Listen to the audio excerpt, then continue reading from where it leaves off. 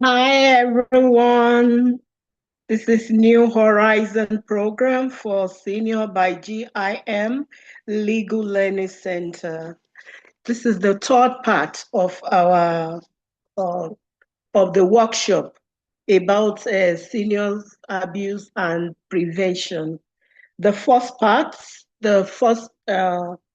we talked about the different types of abuse ranging from financial to verbal to physical to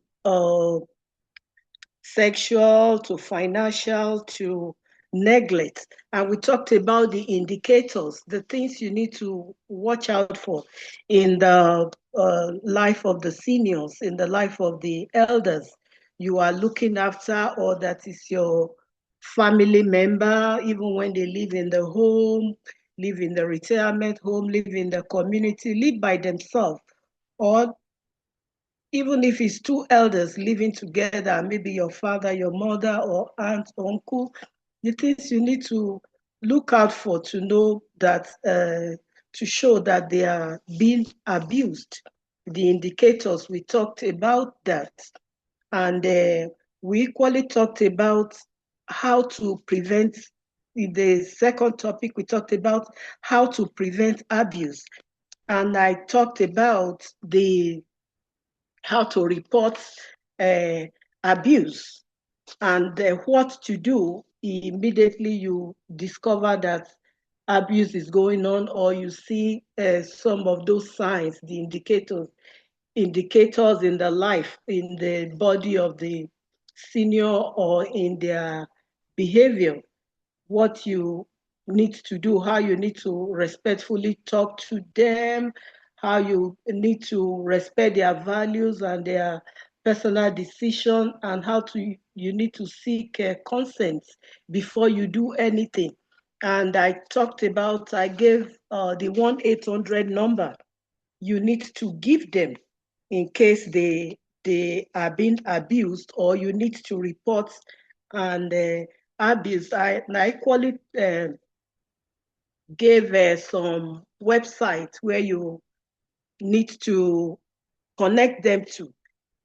Now in part two, where we talked about the how to prevent abuse, we talked about to stay connected, that they need to stay connected. They cannot isolate themselves, because when they are isolated, they are giving the abuser more power. And we talked about building supportive relationship too. They need to build supportive relationship. They cannot just stay by themselves. And they need to be aware. Awareness is power. Talked about awareness being power, because they need to know how to use technology. No one is too old. I went back to school at 58. They need to learn how to avoid a scam. There was a workshop on that too. Even the technology, how to use technology safely, there was a workshop on that too. Even learning financial literacy, being financial literate, there was a workshop on that too. Now, we talked about knowing their rights. There is a Elder Abuse Prevention Ontario. There is a website. Then there's Ontario Human Rights too. There's that website too. And we talked about assertiveness training. They need to get assertive, how to be confident, respectful in expressing their needs, opinion, and setting their boundaries. Like I talked about their knowing about communication, how to communicate uh, their their needs, their opinions, and how to set boundaries, and how to get involved in assertive training. And I talked about implementing changes too, how changes can be implemented, talked about developing cultural sensitive counseling, because it's not everyone that speak the language we speak or speak English. There are people that don't understand English. So there is a provision for that too. And I talked about advocacy for policy and legal reform in implementing changes. And I talked about people that are ready to help. Let them go read about successful implementations, review journals that has worked, intervention, how it was done and how they went about it and how it was solved. We talked about nursing priority in this role of abuse prevention. How, because nurses are the one that will conduct this screening. So we need to be well informed about how to conduct screening, providing immediate care, and linking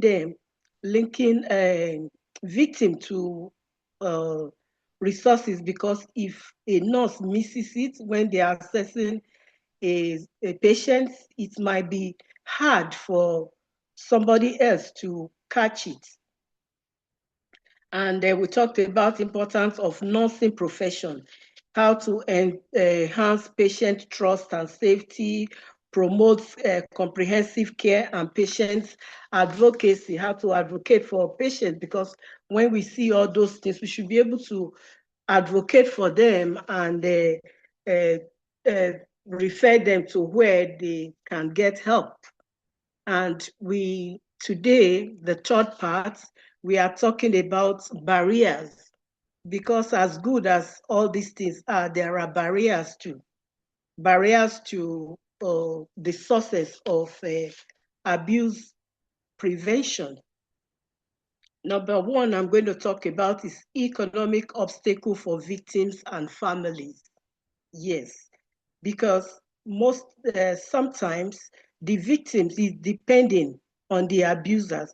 So because of that, they are afraid that if they speak out, if they let the public know, the abuser is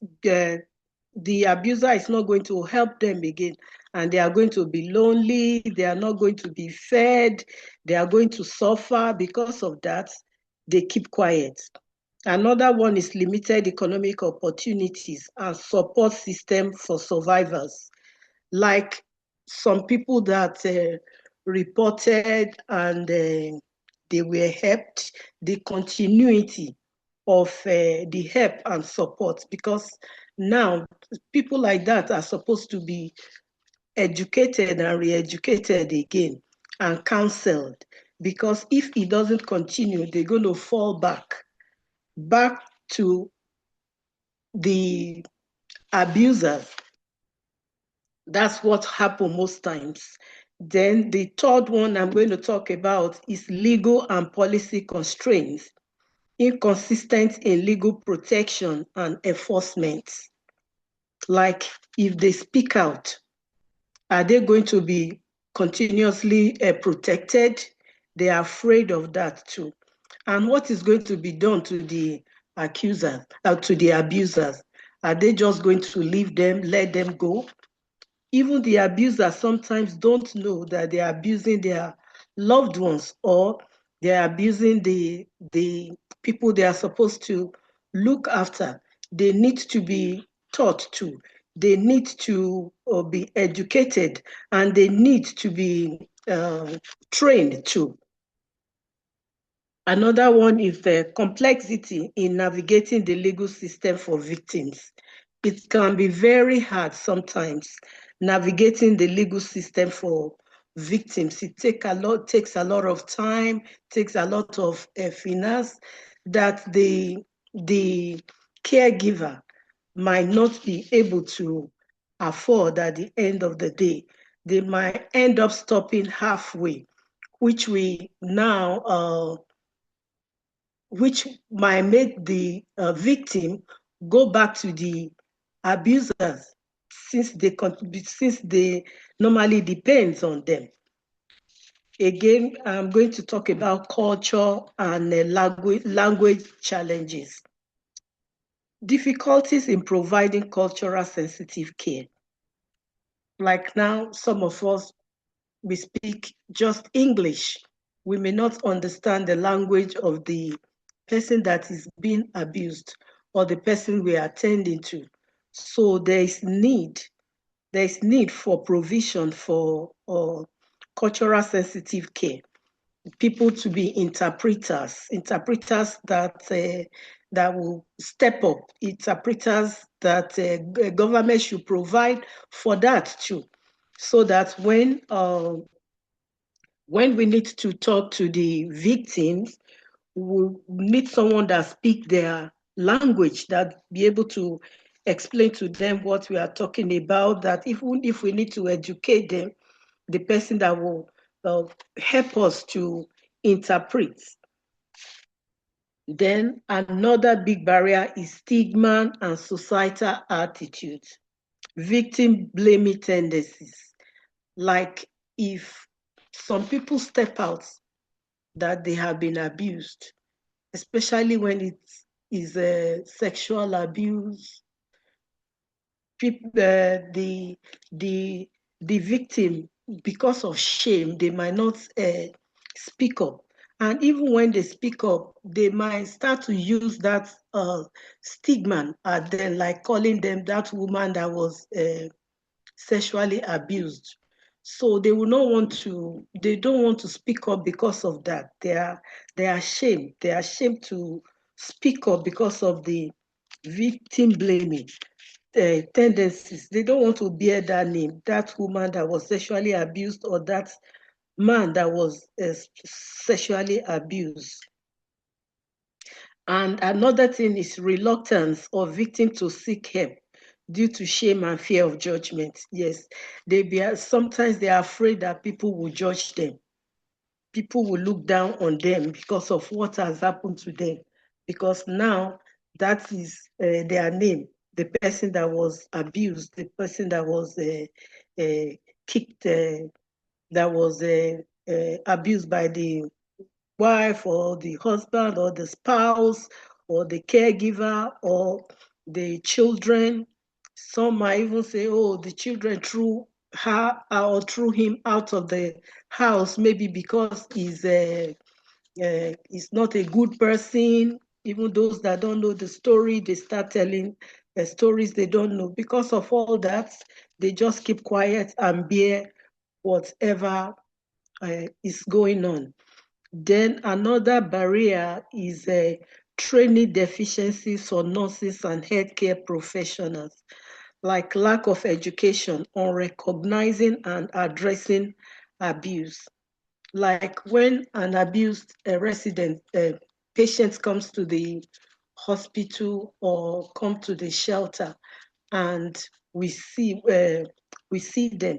If you are not well trained, you might not catch it. You will not know how to get the information from them.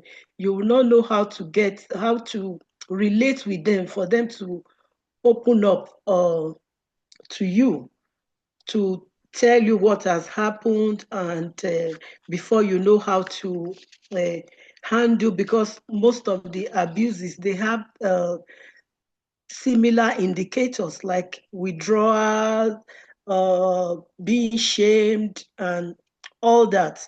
You might not be able to get at the real kind of abuse they have been going through, because if you do not really know what the type of, if they were going through emotional abuse and you are looking at physical abuse, it may not work.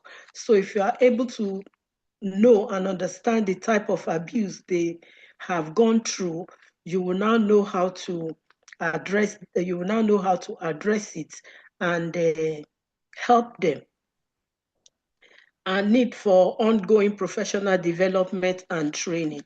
And as nurses, as caregivers, not even only nurses, if you have the elderly you are looking after, try and go for trainings on how to recognize abuse, know the indicators, and how to help them is very, very important. And there is another challenge, is barrier to resolution, is resources and funding limitations. Insufficient budget for mental health services. because after abuse hurts. It leads to mental problem, mental health. So this everybody every senior that has been abused need to be careful mentally, because it doesn't just go like that. You need to continue to, there's supposed to be continuity in support for that seniors, because it's hard to see that you have stay all your life looking after uh, your children or grandchildren and everybody, and it's time for everyone to look after you now. They are not able to, and the people they entrust you to are abusing you, and they are not able to recognize it, and you are maybe afraid to speak out. So it hurts, and it's really affect them mentally. And another thing is the gap in existing service, and the need for improved strategies, like lack of integrated care models, inadequate long-term support and follow-up. Like what I said before, there needs to be follow-up, continuous support, and follow-up for elders that has been abuse. There's need for customized interventions. We cannot say, oh, this one that went through financial abuse would use the same, uh, just exact the same way to treat the other one that went through financial abuse. It might be different because people personalities are different. So the one might get healed quicker than the other. Then there is a need for continuous counseling. Current state of counseling services for abuse victims and families. There is limited access to specialized counseling, and counseling is very expensive. A lot of people cannot afford it. It's very expensive. Seniors cannot afford it. If it's not free or very cheap, it's very hard for them. They cannot continue to pay for it.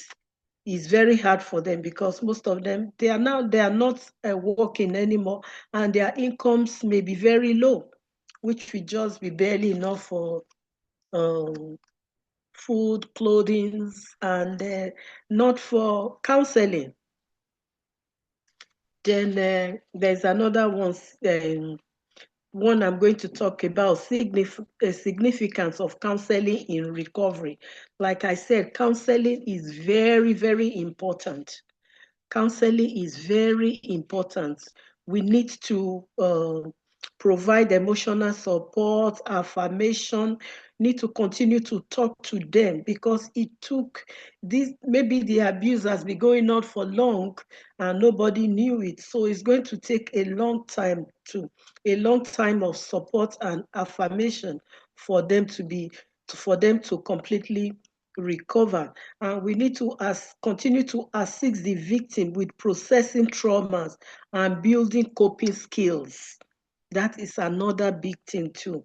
They need to continue to help them.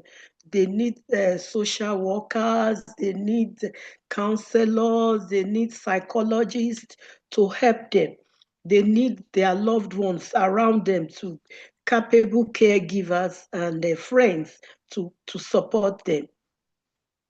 Aids in restoring self-esteem and empowerment, things that can help them. They need those things that can help them to restore in restoring self-esteem and empowerment. Then strategies to overcome these barriers. Going to talk a little about the strategies to overcome this barrier, like collaborating with community organizations, that is forming partnership with local and NGOs, because only nurses cannot do it. Only your children, immediate caregivers alone cannot do it. There should be partnership with NGOs and community leaders. we should talk about this abuse everywhere. Community centers, in the parks, in schools, everywhere. Talk about even grandchildren, children, about what to watch out for, how to look after their grandparents, because all these things cannot just be left in the hand of sandwich generation. That is like we now that are attending for our grand our parents, we are tending to our children. We are like sandwich generation. Children are pushing, our parents are pushing. It's much on us too, financially, emotionally, and also children, grandchildren, everyone too should be involved in um, looking after our elderlies. Let's create multidisciplinary team to provide holistic care to elders. Another strategy is enhancing training for nurses and healthcare professionals too, developing comprehensive training models on abuse identification and support, including abuse-related topics in nursing curricula and continuing education. Even after the nursing program, still continue to take courses on abuse and prevention. Another one is increasing funds and resources for counseling. That is advocating for more government and non-government funding for counseling for those that has been abused, and allocating resources to expand service capacity and reach. Because if the funding is not there, it's going to be very hard for us to reach everywhere, for us to reach all the places we need to reach to prevent abuse. Thank you so much. Thank you, Miss Caroline. Thank you for facilitating this event. You're welcome. Once again, this workshop was sponsored by the New Horizons for Seniors program. New Horizons for Seniors program is really big on making sure that the seniors 55 and above are well taken care of. And like she mentioned that there are different workshops that GIM Legal and Learning Centre has organized and is still organizing.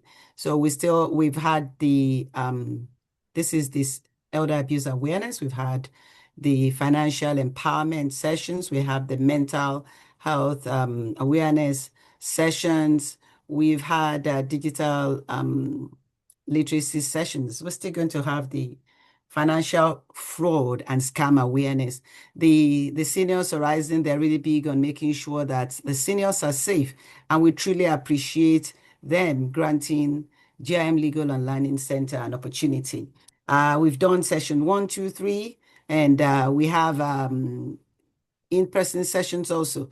But I just want to recognize people that are here, and there are some questions that we're going to be asking. We have seniors and non-seniors here. It's a full house today.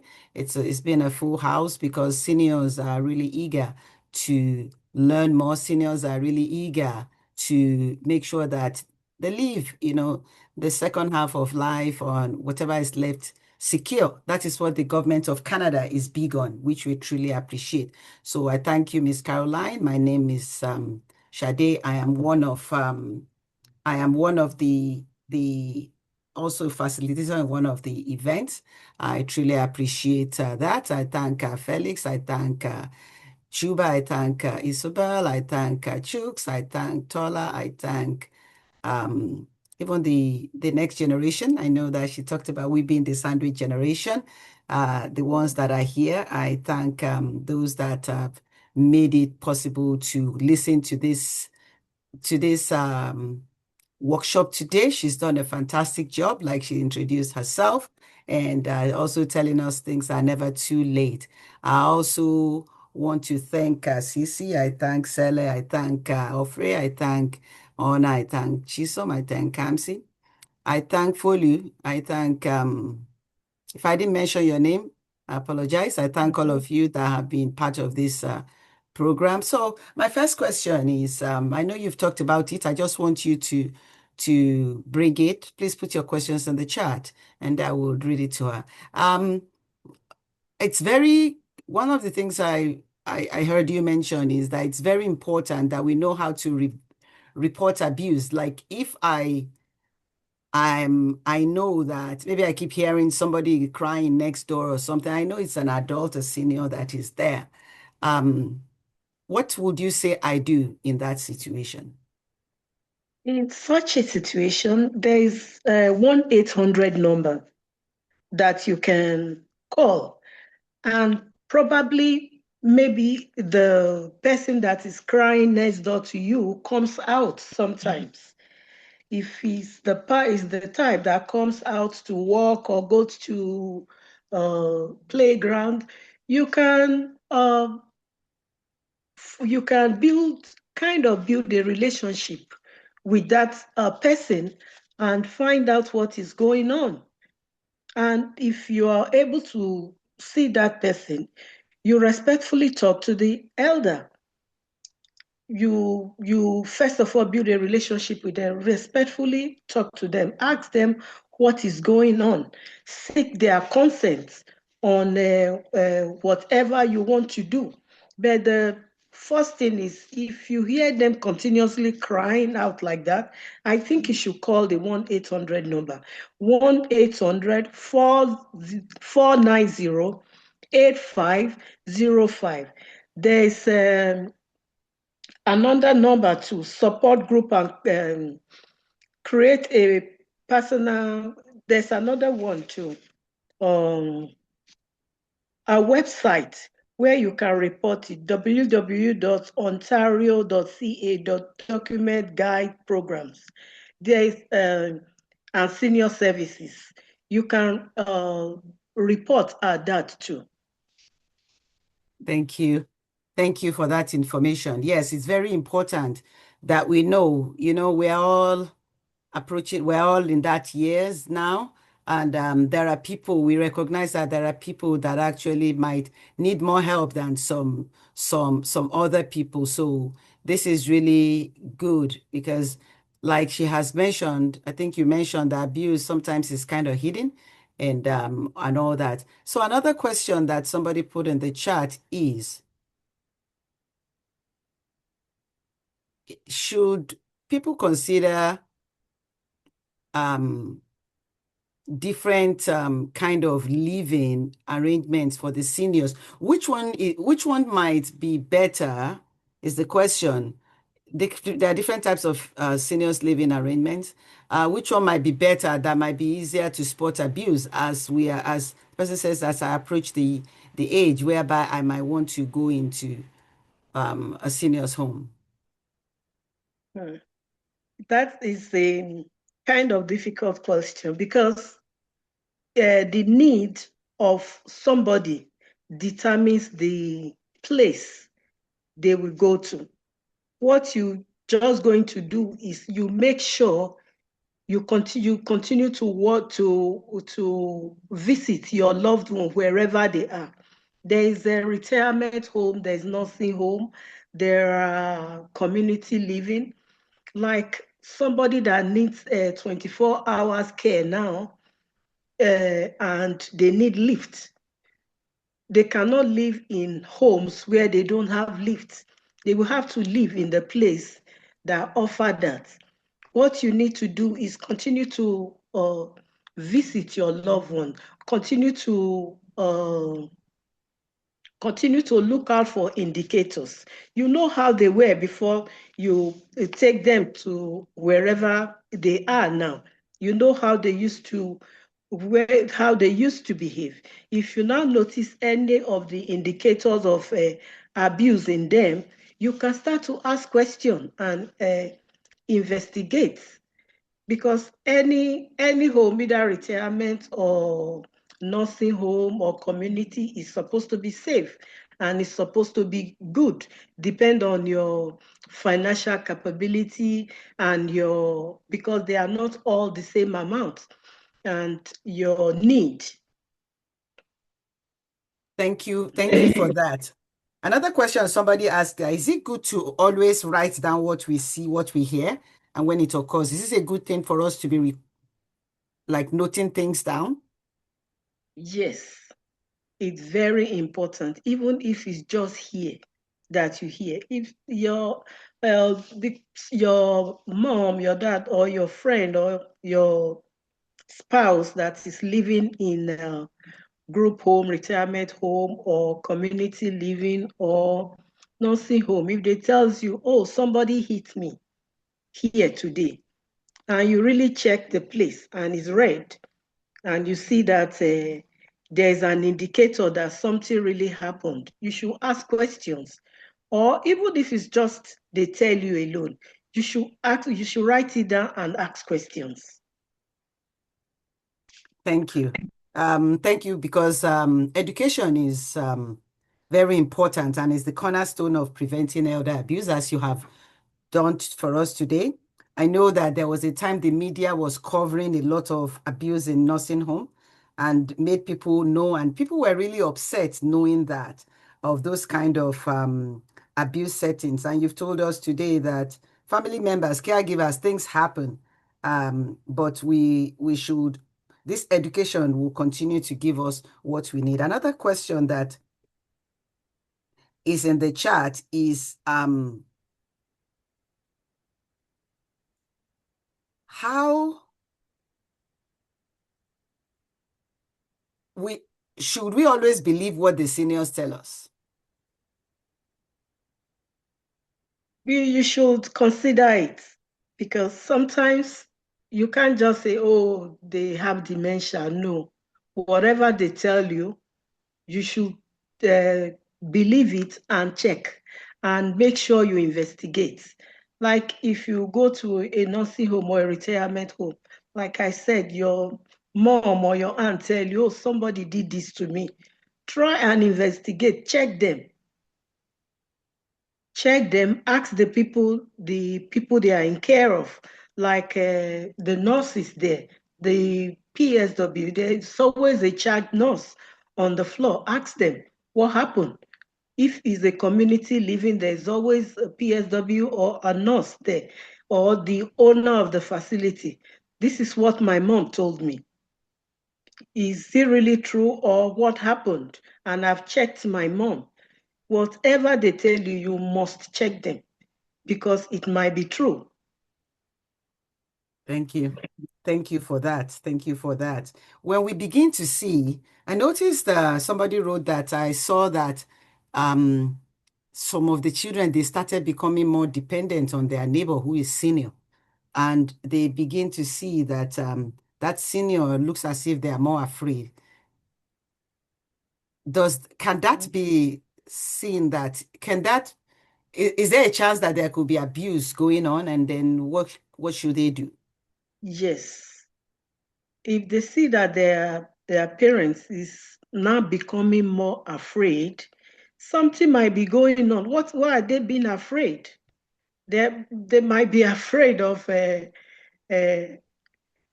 of being abused, or maybe they have been abused. So they are afraid that it might happen again. So that might be the reason why they are afraid. Mhm. Yes. Okay. That's really good. That's really good. This is very educative. This is very educative, and this is much appreciated. Do we have any more questions?